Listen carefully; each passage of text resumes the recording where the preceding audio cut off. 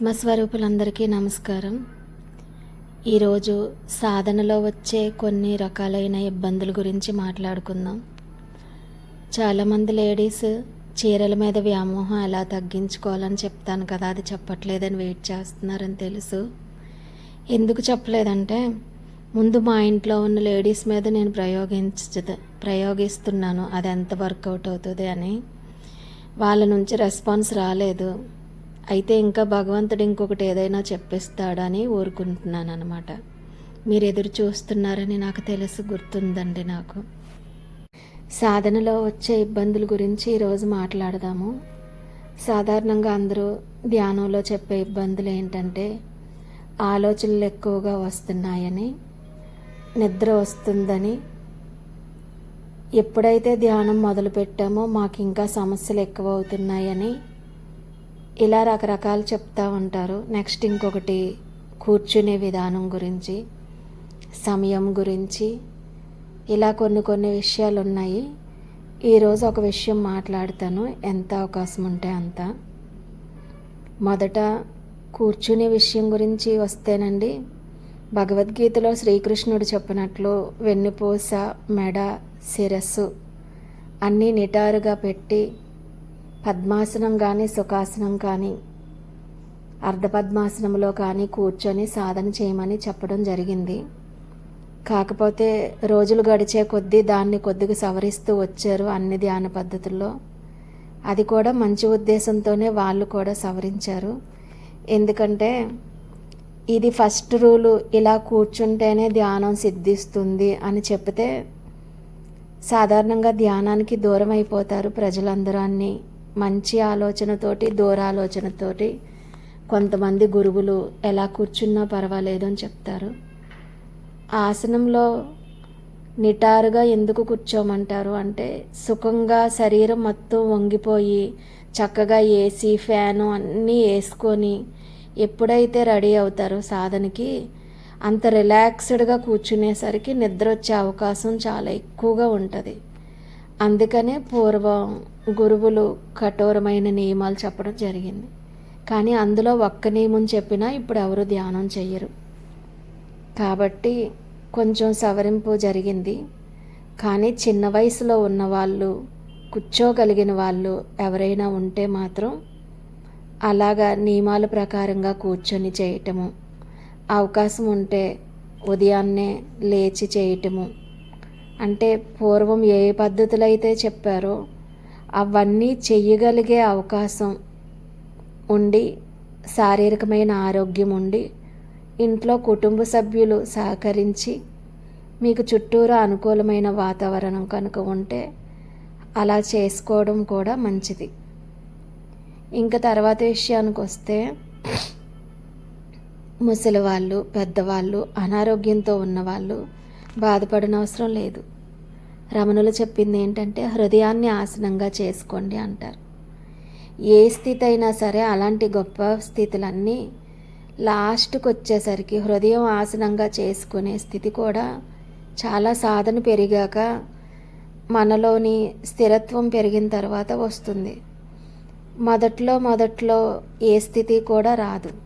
కానీ సాధకుడికి ముఖ్యంగా ఉండవలసింది ఏంటంటే పట్టుదల లేకుండా, క్రమశిక్షణ లేకుండా, మిమ్మల్ని మీరు తెలుసుకోవాలనే బలమైన కోరిక లేకుండా సాధనలో ముందుకెళ్ళటం అనవసరం. అసలు సాధన అనే దానిని సెలెక్ట్ చేసుకోకుండా ఉండటమే మంచిది. సెలెక్ట్ చేసుకుంటే మాత్రం త్రికరణ శుద్ధిగా చేసుకొని సమయాన్ని వృధా చేసుకోకుండా ఉండటం మంచిది. దీని గురించి చాలా వీడియోల్లో చెప్పాను. సమయపాలన గురించి, చుట్టుపక్కల వాళ్ళ గురించి, మూడో మనిషి గురించి ఆల్రెడీ చెప్పాను.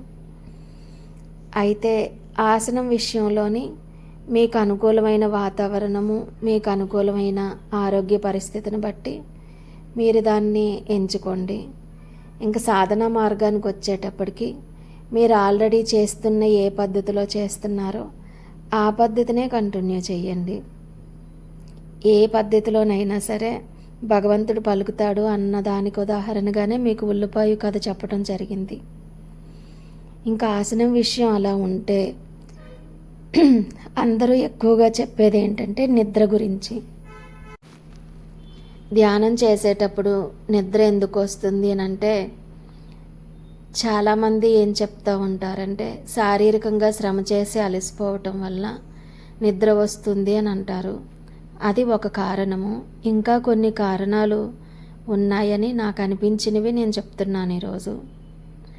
సాధన చేసేటప్పుడు క్రమశిక్షణతోటి లేకుండా ఎలా పడితే అలా, ఎప్పుడు పడితే అప్పుడు మనసుకి ఎక్కువగా ఆలోచించే అలవాటు ఉండటం వలన అలా ఆలోచిస్తూ ఉంటాం.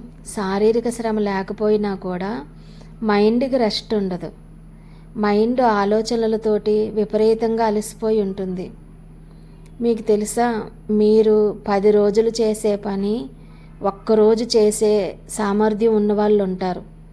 కానీ 10 రోజులు ఆలోచించే ఆలోచనలు ఒక్కరోజే కనుక ఆలోచిస్తే మీ మీద విపరీతంగా ఒత్తిడి పడి వెంటనే స్పృహ తప్పి పడిపోయే పరిస్థితి వస్తుంది.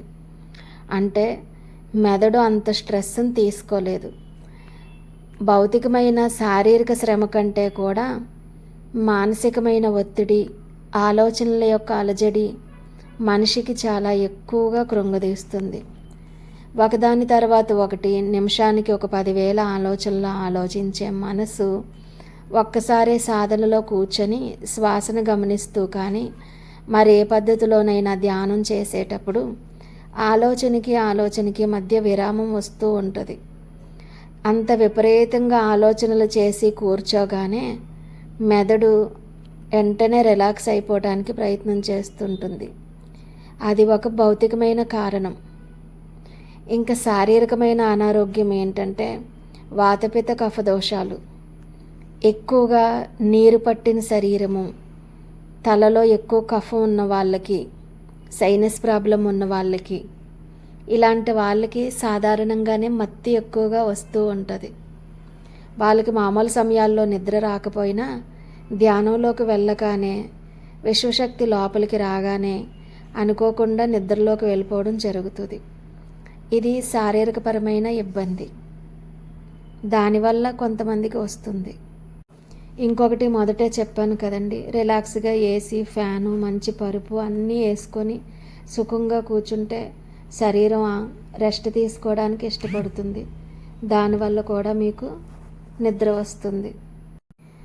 అయితే ఈ నిద్ర నుండి బయటపడటానికి ఇప్పుడు ఏ ఏ కారణాలు చెప్పానో ఆ కారణాలని మీరు తగ్గించుకుంటూ రావాలి. అంటే కఫం పట్టకుండా కొంచెం వేడి మంచినీళ్ళు తాగటం, శరీరానికి సంబంధించి ప్రాణాయామాలు ఏవైనా చేయటం, అంటే నాడులని కొద్దిగా శుద్ధి చేసుకునే నాడీ శుద్ధి ప్రాణాయామం చేయగలిగితే గురువు సమక్షంలో చేయాలి.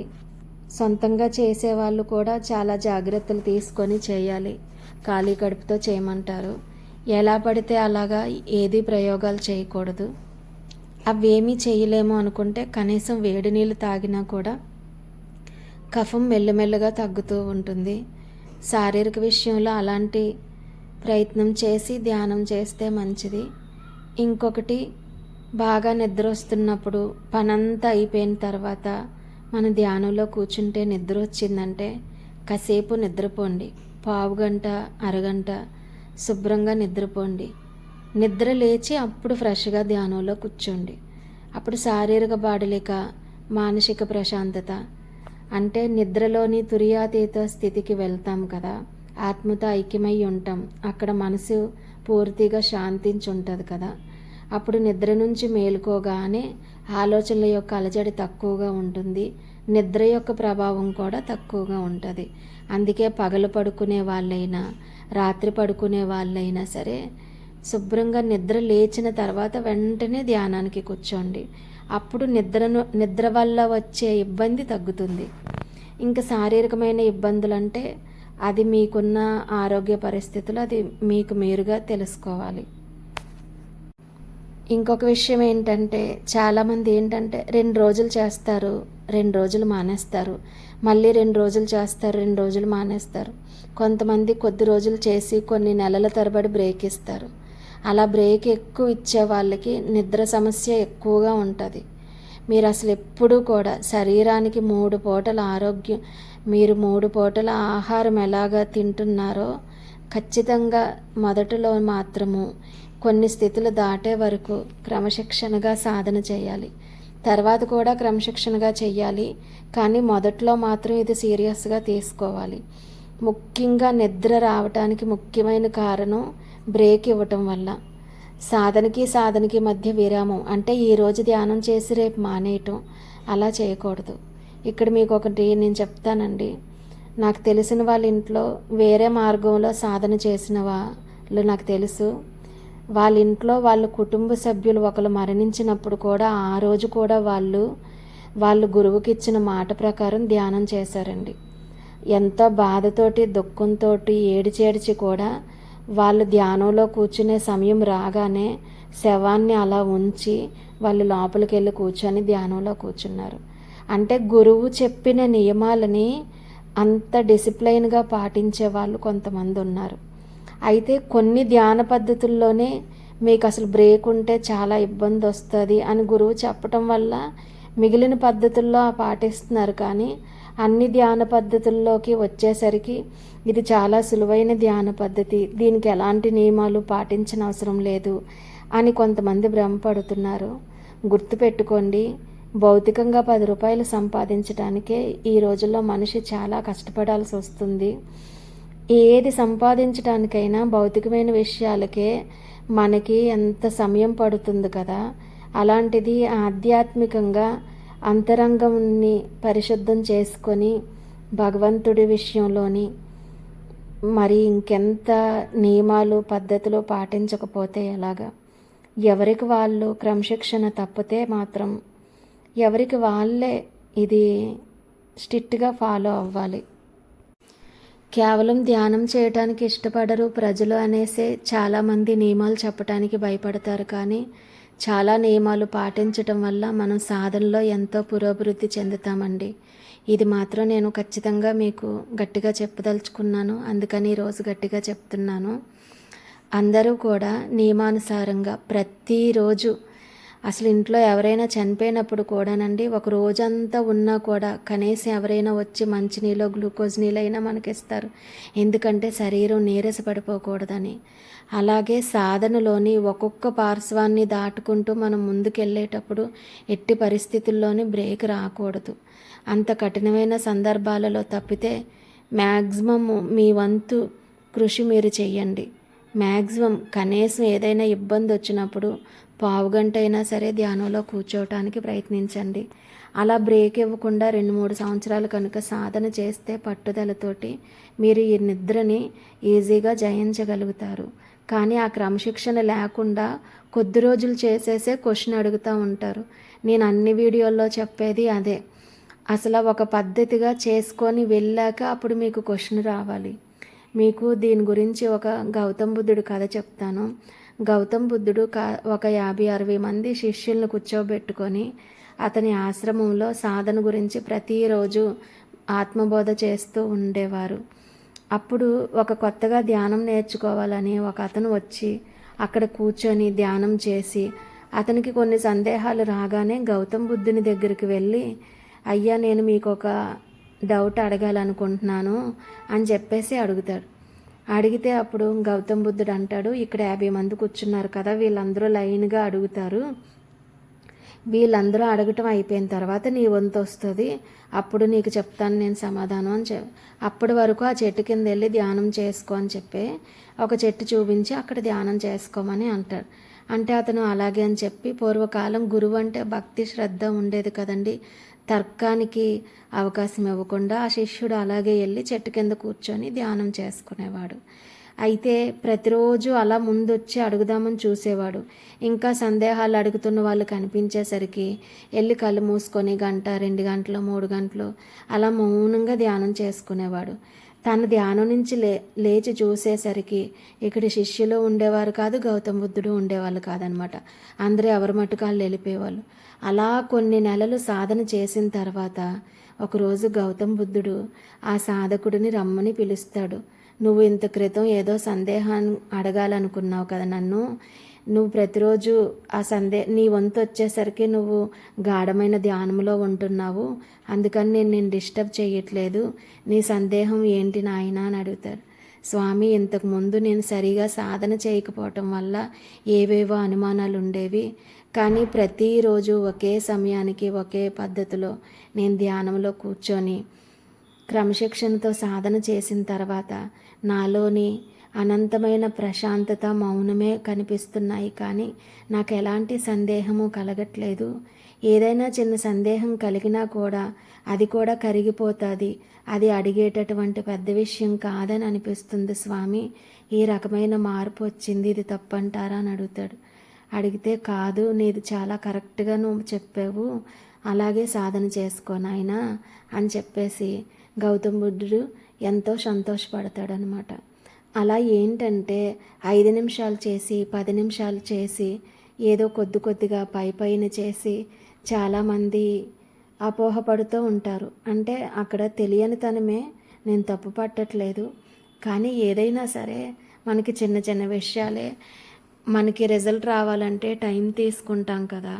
అలాంటిది అంతరంగానికి సంబంధించిన విషయం కదండి.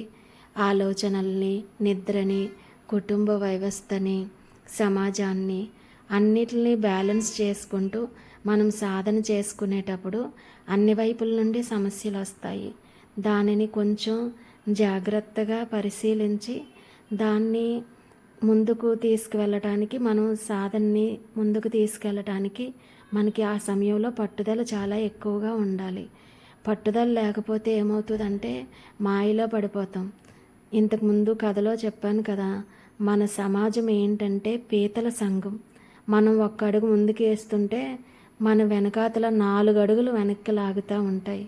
అప్పుడే మనం జాగ్రత్త వహించాలి, పట్టుదల కోల్పోకూడదు.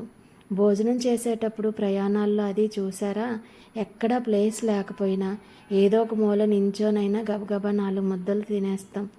కొన్ని విషయాలు ఎక్కడ తూచా తప్పకుండా చేస్తూ ఉంటాం. సాధన కూడా అలాగే చేసి పట్టుదలతోటి ముందుకు వెళ్ళకపోతే అనేక రకాలైన ఇబ్బందులు వస్తూ ఉంటాయి. సాధనలో కూర్చున్నప్పుడు విపరీతంగా గాఢంగా కనుక నిద్ర వచ్చేస్తూ ఉంటే కాసేపు నడుం వాల్చి నిద్రపోండి, పావుగంట. లేదంటే లేదు మేము ఇంకా చెయ్యాలి అనుకుంటున్నాము అంటే లేచి ముఖం కడుక్కొని 2 అడుగులు అటు ఇటు నడిచి అప్పుడు సాధనలో కూర్చోండి. అంతేకాని బద్ధకంగా అలా కూర్చొని ఎటు పడితే అటు వాలిపోతూ నిద్రపోతూ ఉంటే మెడని అటు ఇటు కదిలించటం వల్ల మెడ ఇరుకట్టే ఇబ్బందులు వస్తూ ఉంటాయి. కరెక్ట్గా లోపల హీలింగ్ జరిగి మీకు కరెక్ట్గా ఏ వ్యాధి అయితే ఉందో అక్కడ ఎనర్జీ పాస్ అయ్యి మీకు క్లీన్ అయ్యే సమయంలో కనుక మీరు సరైన జాగ్రత్తలు తీసుకొని సాధన ముందుకు వెళ్ళకపోతే మీకు అది ఇంకా ఇబ్బంది అవుతుంది. తర్వాత బ్రేక్ ఇచ్చి మళ్ళీ సాధన పొడిగించినప్పుడు మీకు అది సరిగ్గా క్లీన్ అవ్వదు. అందుకే అనమాట. అంటే మీకు ఎలా చెప్పాలి, ఇప్పుడు లోపలికి విశ్వశక్తి వస్తుంది, జబ్బు నయమవుతుంది అని ఇలా మెడిటేషన్ లాంగ్వేజ్లో కాకుండా, ఇప్పుడు మీరు ఈరోజు ఇల్లు కడుగుదామని డిసైడ్ అయ్యారు, సరుపు అన్నీ అందు మీద వేసారు, వాటర్ వేసారు, శుభ్రంగా చీపురుతో పామేరు. 5 నిమిషాలు ఉంచితే బాగా మురికంతా నానుతుంది, నీళ్ళేసని 5 నిమిషాలు ఉంచుతారు. 5 నిమిషాల తర్వాత రాకుండా ఏదైనా పనుండి అర్జెంటుగా ఊరెళ్ళాల్సి వచ్చి ఎవరైనా మరణించారని ఏదైనా వార్త వచ్చినప్పుడు అక్కడ వదిలేసి మీరు ఊరు వెళ్ళిపోతుంటారు కదా. అలా వెళ్ళిపోయి వచ్చిన తర్వాత చూడండి, ఈ సరుపు, నీరు, అన్నీ ఫినాయిలు అన్నీ వేసి ఎక్కడిదక్కడ వదిలేసి వెళ్ళిపోయారు కదా, అది ఏమవుతుంది, ఇంతకు ముందు దానికంటే కూడా బిగిసికిపోయి ఎండిపోయి మురుకు వదలటానికి మీరు చాలా ఇబ్బంది పడాల్సి వస్తుంది. అప్పుడు ఆ మురుకు వదిలించడానికి ఏం చెయ్యాలి, మళ్ళీ ఇంతకుముందు ఎలా నీళ్లు పోసి నానబెట్టారో అలాగే అంతకంటే ఎక్కువ నీళ్లు పోసి ఆ మురికినంతటిని నానబెట్టి మళ్ళీ మొదటి నుండి ప్రాసెస్ చేయాల్సి వస్తుందా? సాధన కూడా అంతే. అందుకే మీరు బ్రేక్ ఇవ్వకుండా సాధన చెయ్యాలి అనటం అన్నమాట. కొన్ని విషయాలు మాత్రం మనం చాలా చాలా చాలా చాలా గట్టిగా గుర్తుపెట్టుకోవాలండి. ఏంటంటే మరణం అనేది ఒకటి ఉంది, అది ఏ నిమిషం వస్తుందో తెలియదు. సమయము చాలా విలువైనది. సాధన చాలా సూక్ష్మమైనది. అంతరంగపు లోతుల్లోకి అన్ని పరిస్థితుల్ని, ఇబ్బందుల్ని దాటుకుంటూ లోపలికి చేసే ఈ ప్రయాణంలో ఒకరి ప్రయాణం ఇంకొకరు ఎవ్వరూ చేయలేరు. ఎవ్వరూ కూడా ఎంత శక్తివంతులైనా కూడా మన ప్రారబ్ధ కర్మని మనం కరిగించుకుంటూ ముందుకు వెళ్ళాల్సిందే తప్పితే ఎవరిని వాళ్ళు ఉద్ధరించుకోవాలి. కాబట్టి ప్రతి ఒక్కరూ కూడా ఇది చాలా ముఖ్యము, నా జీవితంలో అన్నిటికంటే కూడా ముఖ్యము. నేను జన్మకొచ్చింది నన్ను నేను ఉద్ధరించుకోవటానికే, నన్ను నేను సంస్కరించుకోవటానికి. సమయం ఎప్పుడు ఎలా ఉంటుందో తెలియదు. నా ఆరోగ్యం క్షీణించవచ్చు, పరిస్థితుల్లో మార్పు రావచ్చు, నాకు మందమరుపు మతిమరుపు అది రావచ్చు, ఏదైనా జరగవచ్చు. దీపం ఉన్నప్పుడే ఇల్లు చక్కబెట్టుకోవాలి, వయసులో ఉన్నప్పుడే డబ్బులు సంపాదించేసుకోవాలి అని ఎలా అయితే అనుకుంటామో, 4 కీళ్ళు శుభ్రంగా ఉన్నప్పుడే, ఆరోగ్యం బాగున్నప్పుడే సాధన కూడా చెయ్యాలి అన్న పట్టుదల, అలాంటి మంచి నిర్ణయము తీసుకున్న వాళ్ళు మాత్రమే దయచేసి సాధన చేయండి. పై చేసే వాళ్ళకి ఇంత డీప్ నాలెడ్జ్ అవసరం లేదు. శుభ్రంగా 4 ప్రాణాయామాలు, 4 యోగాసనాలు వేసుకొని ఒక పావు గంట అరగంట బ్రీతింగ్ అబ్జర్వ్ చేసుకొని మిగిలిన పనులన్నీ మామూలుగా చేసుకుంటే ఆ మెదడుకు కావలసినంత రిలాక్సేషన్ వచ్చేస్తుంది. అంతకంటే ఎక్కువ కష్టపడనవసరం లేదు. అలా కాకుండా నన్ను నేను తెలుసుకోవాలి, ఈ జన్మ ఆఖరిది చేసుకోవాలి, భగవంతుడు నాకు ఇచ్చిన ఈ మానవ జన్మని సార్థకం చేసుకోవాలి అని అనుకున్న వాళ్ళు కేవలం సంకల్పం మాత్రం అనుకొని వదిలేయకుండా పట్టుదలతోటి, నియమనిష్టలతోటి అనేకమైన జాగ్రత్తలు అవి తీసుకుంటూ ఒక్కరోజు కూడా మానకుండా సాధన చెయ్యండి. అప్పుడు మీకు ఈ నిద్రమత్తు, చిన్న చిన్న అనారోగ్య సమస్యలు అన్నీ కూడా మెల్లమెల్లగా వస్తాయి.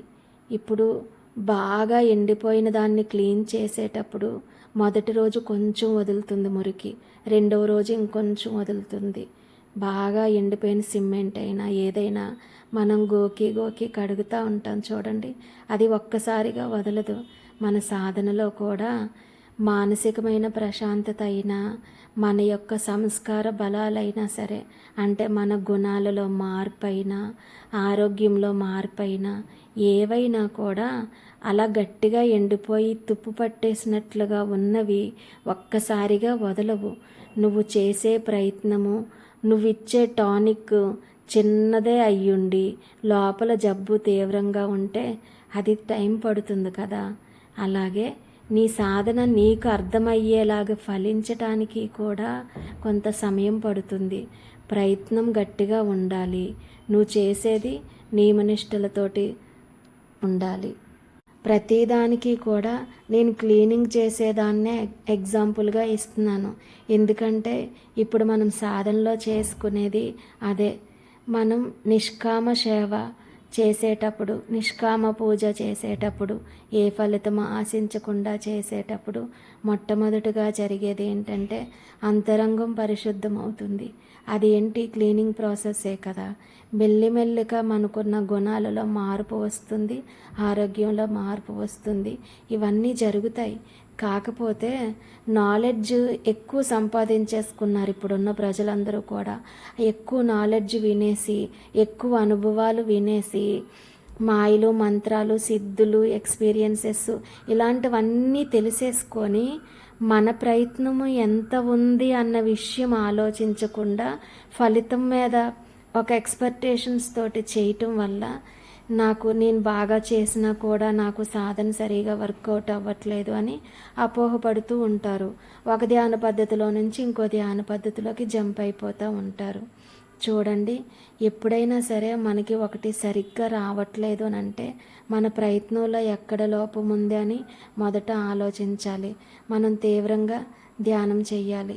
అంతేకాని బయట ఎటువంటి మార్పు చేసుకున్నా మీకు అది మార్పు రాదు. లోపలే జరగాలి మార్పు అంట. లోపల జరగాలి అని అంటే అది మీకు మీరే చేసుకోగలుగుతారు, బయట ఎవరు చేసేది కాదు. అందుకే గ్యాప్ లేకుండా సాధన బాగా చేసుకోండి. మిగిలిన నియమాలు నెక్స్ట్ వీడియోలో చెప్తాను. అరుణాచల శివ, అరుణాచల శివ, అరుణాచల శివ.